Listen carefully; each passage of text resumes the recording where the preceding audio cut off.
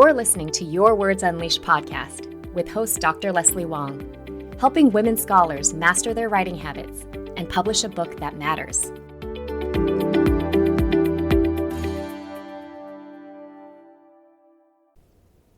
Hey there, writers. Well, we have finally reached the end of 2025, and you don't need me to tell you what a wild ride it was. I must admit, when the Trump administration started its attack on higher education, I really worried that my business was over. And I know that a lot of other service providers who work with academics and universities felt the same way. At this point, I can see that my business hasn't been overly affected, for which I am so grateful. I really enjoy what I do, and I want to keep doing it. So thank you to the amazing clients who've worked with me for years, and for the new ones who continue to come. Like I did last year, I wanted to give a rundown of what I did in my business in 2025. I hit some big milestones. So let's start with this podcast. I released a total of 25 podcast episodes, and this year I surpassed 30,000 total downloads, which I'm really proud of. The top 5 most listened to episodes of the year were episode 81, How to Plan a Sabbatical That Revitalizes Your Life and Career, with Dr. Bethany Walensky. Number 2, episode 76, How to Succeed in Academia Without Sacrificing Your Well-Being, with Dr. Roxanne Donovan. Number 3, episode 87, How to Scale Back on Teaching Without Guilt. Number 4, episode 86, Behind the Scenes at a Top University Press, with editor Allison Kellett. And number 5, episode 80, Design Your Dream Life in 3 Simple Steps.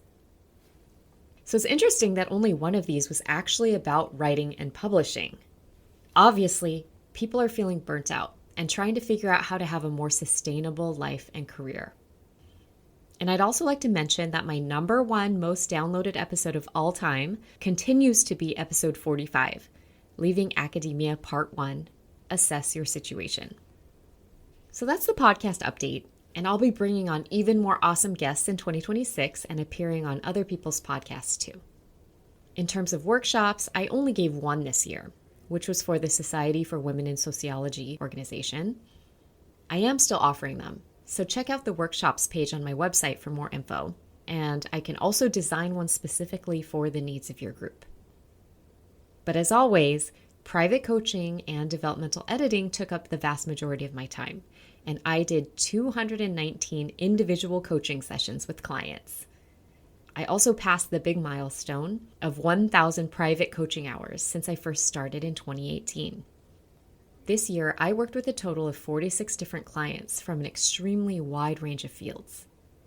Since writing takes such a long time, my authors are finally starting to secure contracts and their books are coming out. So here's a quick rundown of where my clients ended up getting contracts. 4 are with University of California Press, and 1 was just published this past summer. 4 are with Duke University Press, with 2 slotted for publication in 2026. 2 are with Princeton University Press. 2 are with University of Chicago Press. 1 is with Columbia University Press. 1 is with Ohio State Press.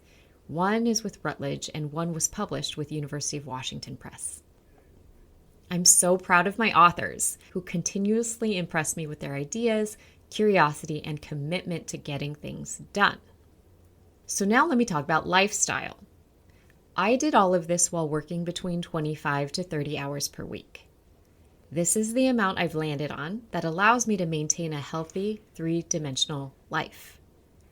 Last year, I did earn about 20% more because I worked nonstop and really burnt out. So this year, I consciously pared things back. I book fewer meetings in a week and spread people out more so that I can stay at a sustainable pace. And I'm definitely a better coach for it. Part of what helps is taking time off of work. So in 2025, I took off a grand total of 6 weeks for vacation, during which time I did no work. And every year of solopreneurship brings new lessons to me. So many, in fact, that I'm planning to devote an entire episode to them next year. So how about you? How was your year? If you're like most academics I know, you were doing and feeling way too much. Perhaps your students or even family members have been consumed with justifiable worry about profiling and deportation. You might be an international scholar in the US who's had to navigate the ever-changing, ever more discriminatory visa landscape. Maybe you're at a university that's cutting 1/4 of its faculty and staff members, as many are right now. Or you could just be exhausted by having to manage the combination of unbelievably high work expectations and high uncertainty in higher ed in general. What's clear is that people want to be doing less, yet more and more just seems to pile on. So now that things have hopefully calmed down in your schedule and your nervous system, it's a good time to do some guided reflection for the new year. I'm going to give you a simple exercise for figuring out how to do just 10% less next semester. Trust me when I say that doing less in small, intentional ways can make a true difference in your quality of life. You can find the full transcript of this episode at yourwordsunleashed.com/97. But before I get to that, I want to tell you about Focus Fridays, which is a great way to get your writing done in the new year. So many faculty are struggling with writing motivation and momentum. And if that's you, this group might really help you reach your goals in a sustainable way. Focus Fridays is a faculty writing and wellness community led by my friend, Dr. Roxanne Donovan. She is an incredible clinical psychologist, justice scholar, and professor. And she was also my guest on episode 76 about succeeding in academia without sacrificing your well-being, which I just mentioned as being one of my top listened to episodes of the year. Focus Fridays is made for overloaded faculty. You just simply join co-working sessions on Fridays for 2.5 hours during the semester. You'll co-write as well as get psychology-based guidance, tools, and structure that have helped hundreds of mostly women of color faculty make real sustainable writing progress without the burnout. I personally know several people who've done this group and keep signing up every semester because the accountability, strategies, and social support are so useful. So to learn more and get $200 off the regular Focus Fridays rate, go to wellacademic.com/yourwordsunleashed. But this discount is only good until January 20th, so go check it out right away. I'll also put the link in the show notes. So now let's turn to a really small, gentle reflection exercise to help you do 10% less in the new year. You might be asking, why only 10%? Well, every new practice only becomes habit when you build up to it incrementally. And 10% of anything that's done consistently, whether it's about adding something to your schedule or taking it out, makes a huge difference. So let me connect this to when I first started meditating. I had just moved to Boston in 2013 and was stressed out beyond belief. And I approached meditation with the same perfectionistic vigor that I did everything else at the time. I believed that doing it just right would somehow grant me total peace and calm. And I was getting really frustrated when my stress levels didn't seem to be coming down. And then I heard about this guy, Dan Harris, who you may also know because he's really famous. He was an anchor for ABC News in the early 2000s when he suffered a debilitating panic attack during a live filming of Good Morning America. And that touched off a journey for him to reduce anxiety and find ways to be more present and less reactive through meditation. And even though he's super skeptical and a very highly cynical person, he found meditation to be surprisingly effective at helping him manage his inner critic. Anyway, he ended up writing a best-selling book called 10% Happier, and he hosts a podcast of the same name. Now, I'm not necessarily his biggest fan, but I do embrace this pragmatic approach to mindfulness. And I've also seen firsthand how small shifts can make long-term improvements in your well-being, which is why they say that doing 5 minutes of daily meditation is better than trying to find a whole hour to do it during your week. So let's get into this exercise, which should only take about 15 to 20 minutes. If you implement the answers that emerge from this exercise in 2026, my hope is that your work might feel a little more manageable. It's designed to help you reconnect with yourself and commit to some very small changes that will add up to a more sustainable career, 10% at a time. So this exercise is something that I call the energy audit. It involves tracking your energy in relation to your work tasks and seeing the trends. You will need a pen and at least 2 sheets of paper. All right, so I want you to pull out your schedule from last semester and take a good hard look at it. This might be a bit painful, but it's worth it. Choose one specific week that was pretty representative of your normal workload. So not midterms or finals week, or when a bunch of job candidates came for interviews in your department. Just one regular week. And think about every single thing you had to do for work. Even tasks that were so mundane, you didn't put them on your to-do list.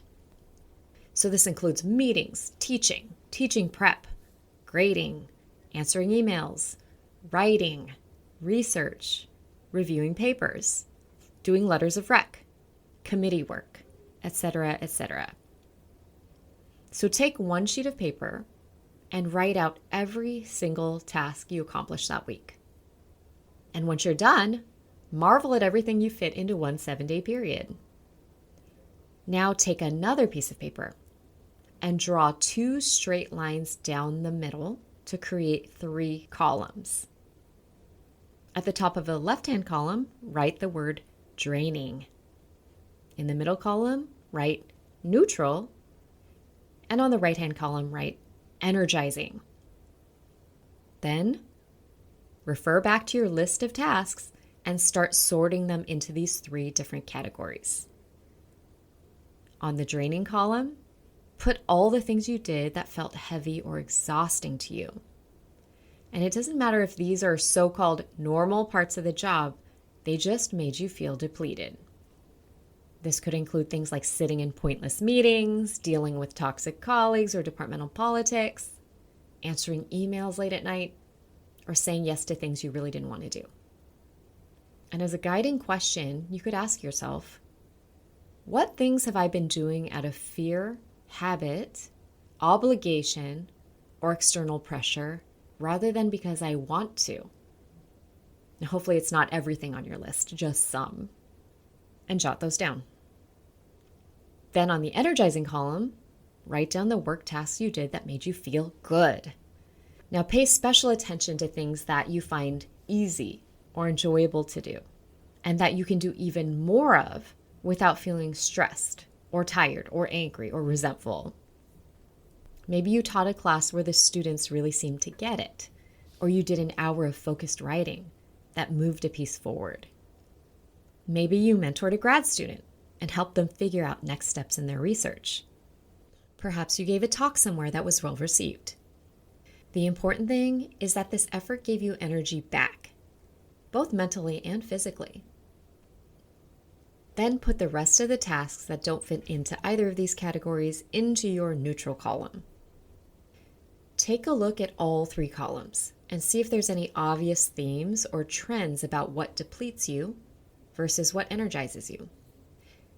Now, it's time to think about how to apply some of these lessons to the new year. Consider your schedule, workload, and commitments next semester that overlap with the list in front of you.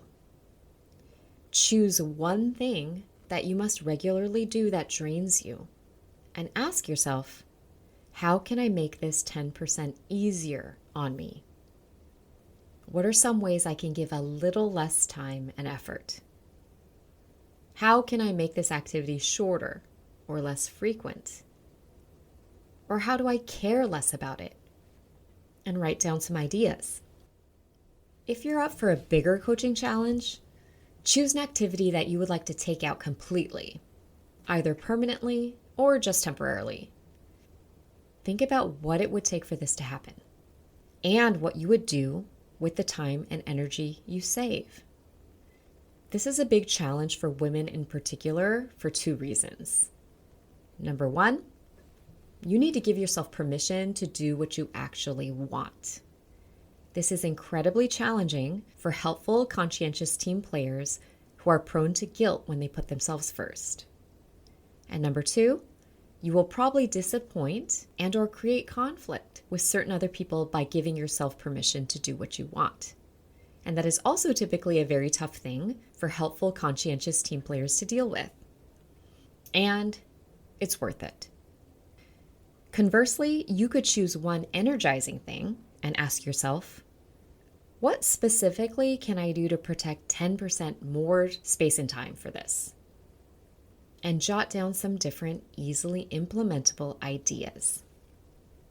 So the point of this exercise isn't to fix your career in 15 minutes. It's merely to help you see patterns that already exist, even if you're not consciously aware of them. Just remember that scaling certain things down incrementally while scaling other things up incrementally can produce really positive shifts. So let's sum everything up. I've told you all about my year and given you a simple reflection exercise to make your work a bit more sustainable in 2026. If this exercise made you feel a little uncomfortable, that's normal. Most academics do far more than what's written in their very vague job descriptions, and they feel guilty anytime they try to pull back. And that's why people end up adding more and more and more. This is why, if you're looking to improve the quality of your work life, which will increase the quality of your personal life, you need to start with tiny shifts. And when I say tiny, I really mean it. Something that's small enough that you don't feel any panic about it. Maybe you protect 30 more minutes a week on your calendar for something that really gratifies you. Maybe you don't answer emails after 8 p.m., which feels very fair to me.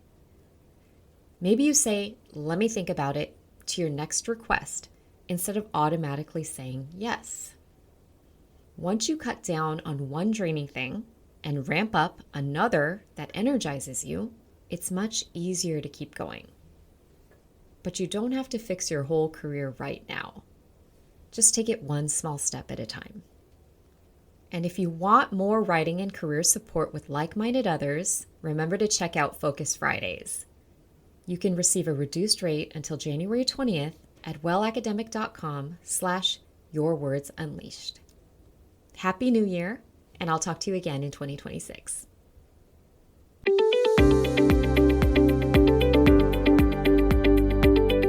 Thanks for tuning in to Your Words Unleashed podcast. If you enjoyed this episode, please share it with other writers or leave a rating and review. To find the full transcript and catch all the latest from me, check out my website, yourwordsunleashed.com. I'll talk to you next time. Happy writing!